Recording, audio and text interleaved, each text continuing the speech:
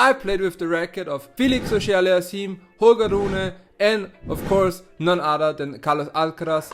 I have played with this racket for the last couple of weeks, and let me tell you this, it is an exciting racket to play with. This is the Pure Aero 98, and no, it's not a smaller Pure Aero 100, even though it might suggest it is. The Pure Aero 98 is a more versatile and more people's racket with its 98 head size, more closed 16x20 string pattern, and the thinner beam. It plays very different than the OG Pure Aero 100, but has some traits of it.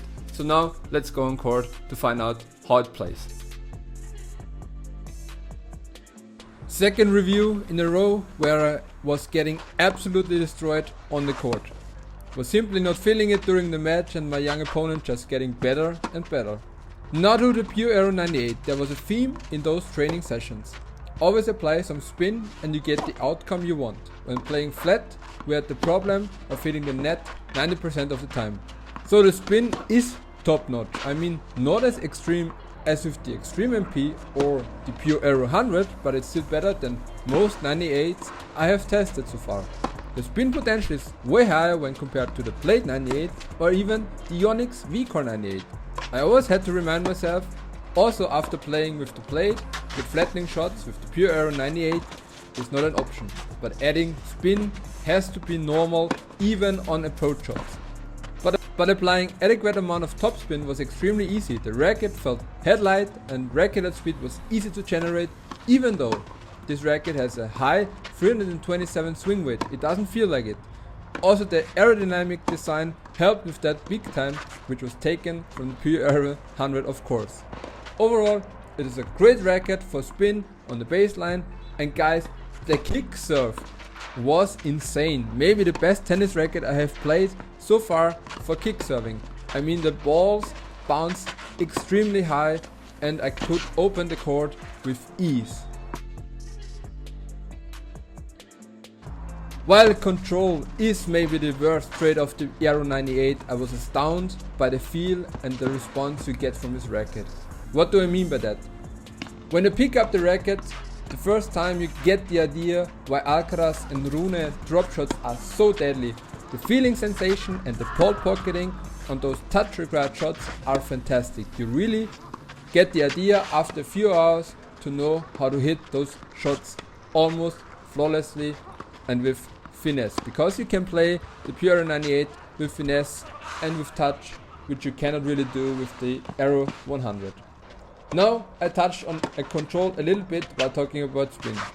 As mentioned, you have to use spin to acquire the amount of control you want. Simply going all out and hoping for the best did not do it for me with this racket. That is possible with a Gravity Pro, a Wilson Pro Staff 97 or a Prestige Tour, but not with the Pure Aero 98 and not close with the Pure Aero 100. So keep that in mind when you want to buy this racket. Quick shout out to the Tough Pro Shop for lending me this racket to review. If you want to buy a racket from Wilson, Babolat or Head, link is in the description down below.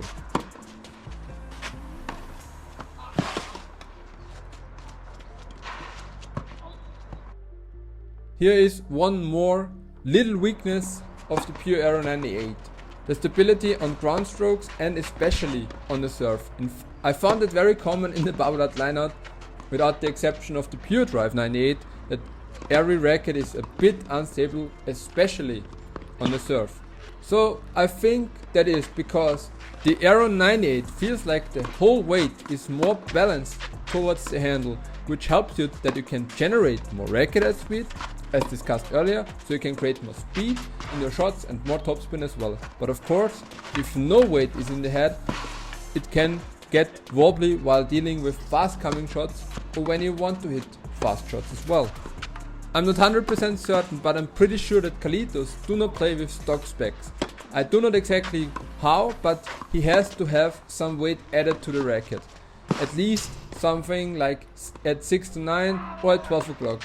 At least I would do that when I'm buying this racket. I would add some weight at 12 as well as 6 and 9 to increase stability and the swing weight.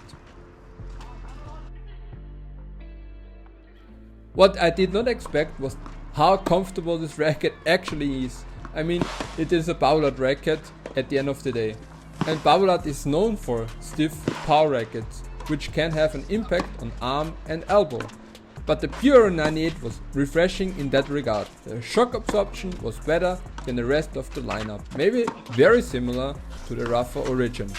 By the way, check out the review about the rougher Origin after you watch that video.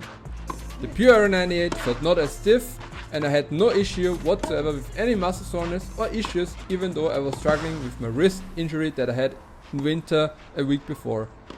Even though it was strung with RPM Blast, I was impressed on how comfortable it actually felt. Of course, it is not as comfortable as a V-Core 98 or Gravity MP or a Wilson Clash, but still not bad in that category.